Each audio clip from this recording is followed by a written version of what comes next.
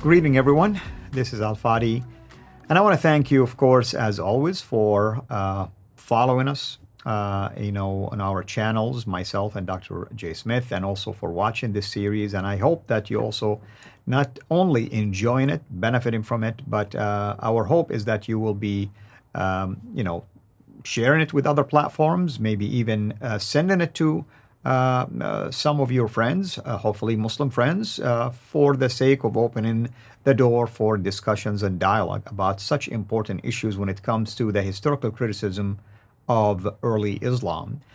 We've been talking about the problems with the place, and that's Mecca. And we have covered a number of issues that are glaringly obvious that what the Quran says about a place, allegedly Mecca, because really Mecca was mentioned only one time in the Quran, but there are many other verses that somehow are implicit about this alleged place. What the Quran mentions does not really match up with what Mecca had or has today. With me here, of course, to continue this discussion, as always, our dear friend, Dr. J. Smith. Dr. J., thank you so much.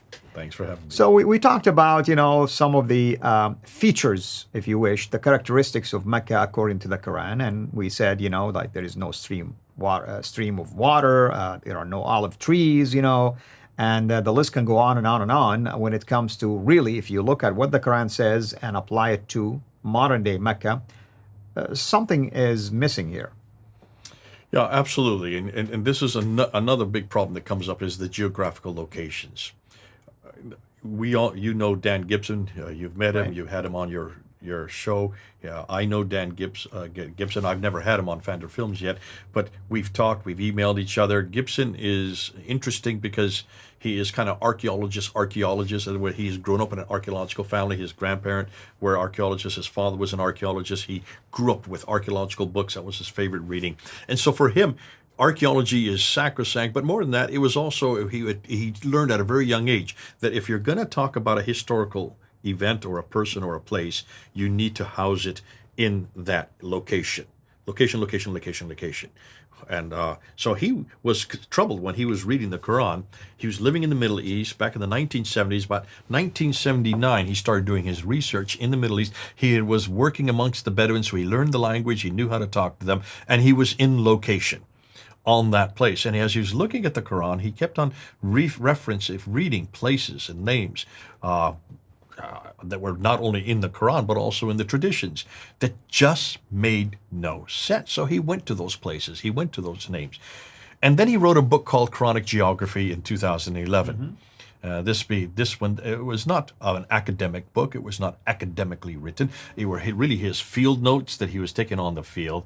That was at that time that he saw difficulties with the Qibla, and that's where he really got interested in the Qibla. So from 1979 to around 2004, so we're talking about 25 years, he was there doing his research. He had lived in Jordan. He actually did a book for the Jordanian government on tourism, and they wanted him to do a overview, historical overview, archaeological overview of the Jordanian context, and that's where he came across the Nabatean kingdoms, and he noticed that the Nabatean kingdoms were referring to things and peoples that were also referenced in the Quran and also referenced in the Bible. Now, he knew that the biblical context and the biblical archaeology all made sense.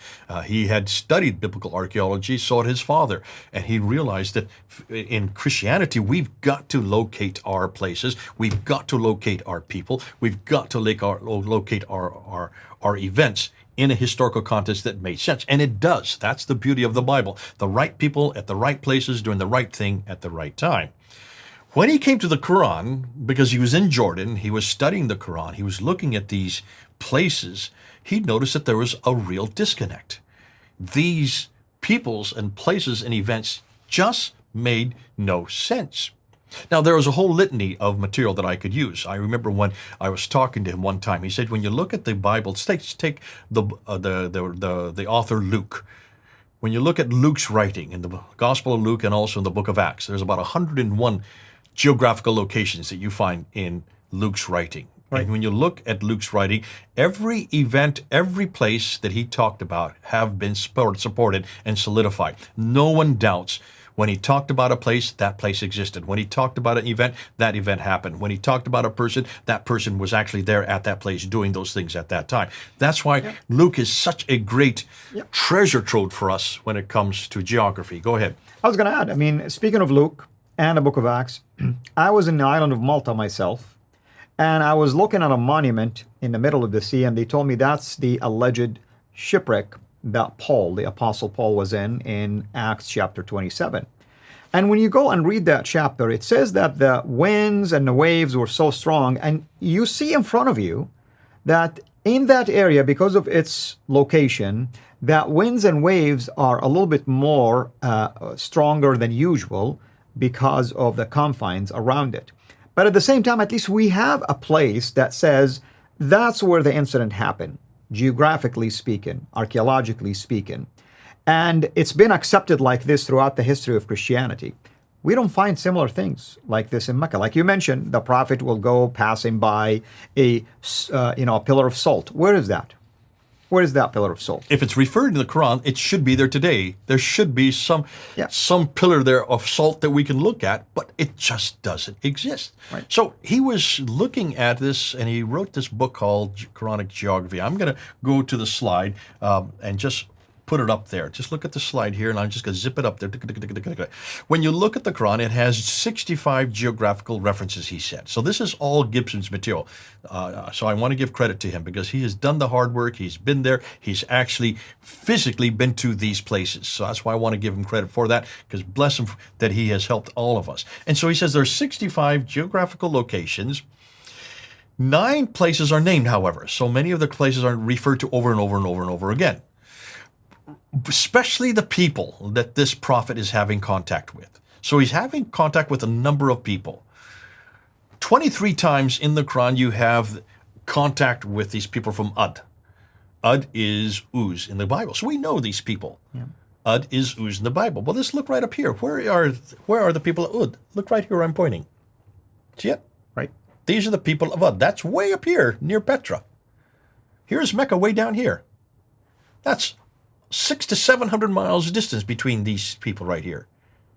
So 23 times he's having contact with people from Ud.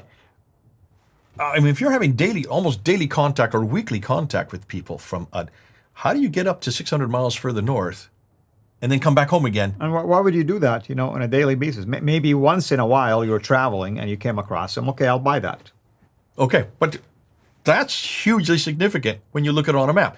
And that's why Muslims haven't done this. And I didn't do this until Gibson told me to do that. And he said, look on a map, just put it on a map. Look at the distance we're talking about.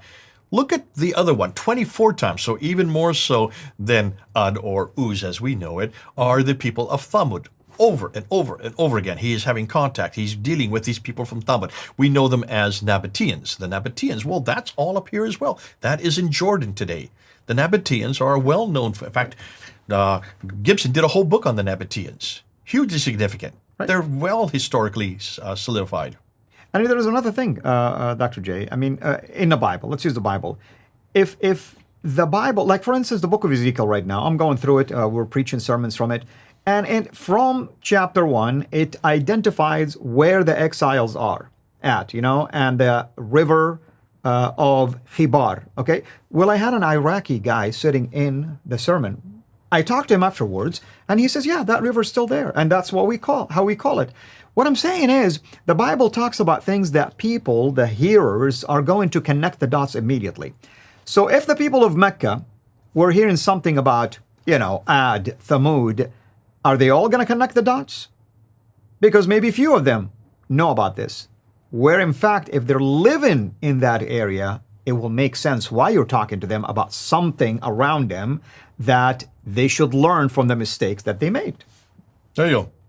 Brilliant. Now let's just go back to the map again. Let's look at the slide again. There's one other people, and that are the people of Midian. 7 times it refers to the people of Midian. 24 times the people of Thamud.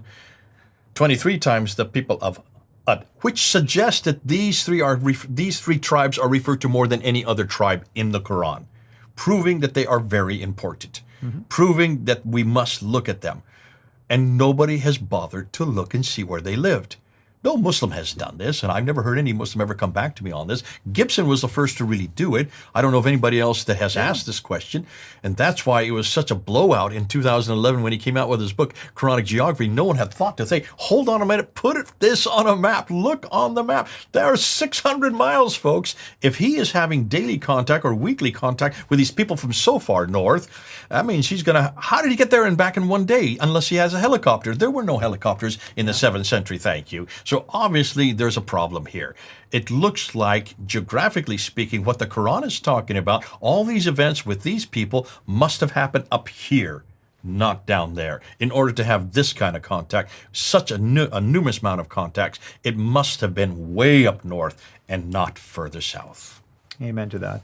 And I agree wholeheartedly, because I remember when Gibson, basically was sitting behind me in 2011 at a conference where he lives. And he handed me a copy of this book. To be honest with you, when I looked at the title, I just didn't think much of it. All I said to myself, well, here's a guy who wants just to write about Islam. Okay, so what does it mean, the geography of the Quran? I was thinking is like, well, I mean, what's so significant about that? There is nothing in there of significant in the first place. But then I start to go through it, and like you said, it was an eye-opener. It's like, whoa, I never thought about the location of Ad. I never thought about the location of Thamud, Midian, or all these things, until I started to go through and began to realize the importance of this. Okay, for those people who would like to read this yourself, you can just go up online, just Google Quranic Geography /PDF, and you actually can bring it down. Now, they will ask you to pay $15. Please pay the $15 for Gibson. He needs the money. Listen, anybody that's done this kind of work should be paid. It's worth every nickel and dime of worth it. it. Absolutely. What we're going to do next now, we're going to look at the language. We're going to start and talk about linguistics. We've talked about geography. We've talked about what the tradition said and what the Quran says about Mecca. Now let's look and see what was the language that was used there in Mecca. Wonderful. Thank you as always. And thank you, everyone. Until next time, have a blessed day. Thank you for watching this video. Be sure to like and subscribe to our channel, Sira International, and click on the bell so that you receive notifications whenever we publish a new video or go live. I would also like to appeal to you to consider becoming a Patreon patron by clicking the link right below. By doing so, you can give towards the production of these videos. There are also other options for you where you can give to our channel. I thank you from the bottom of my heart.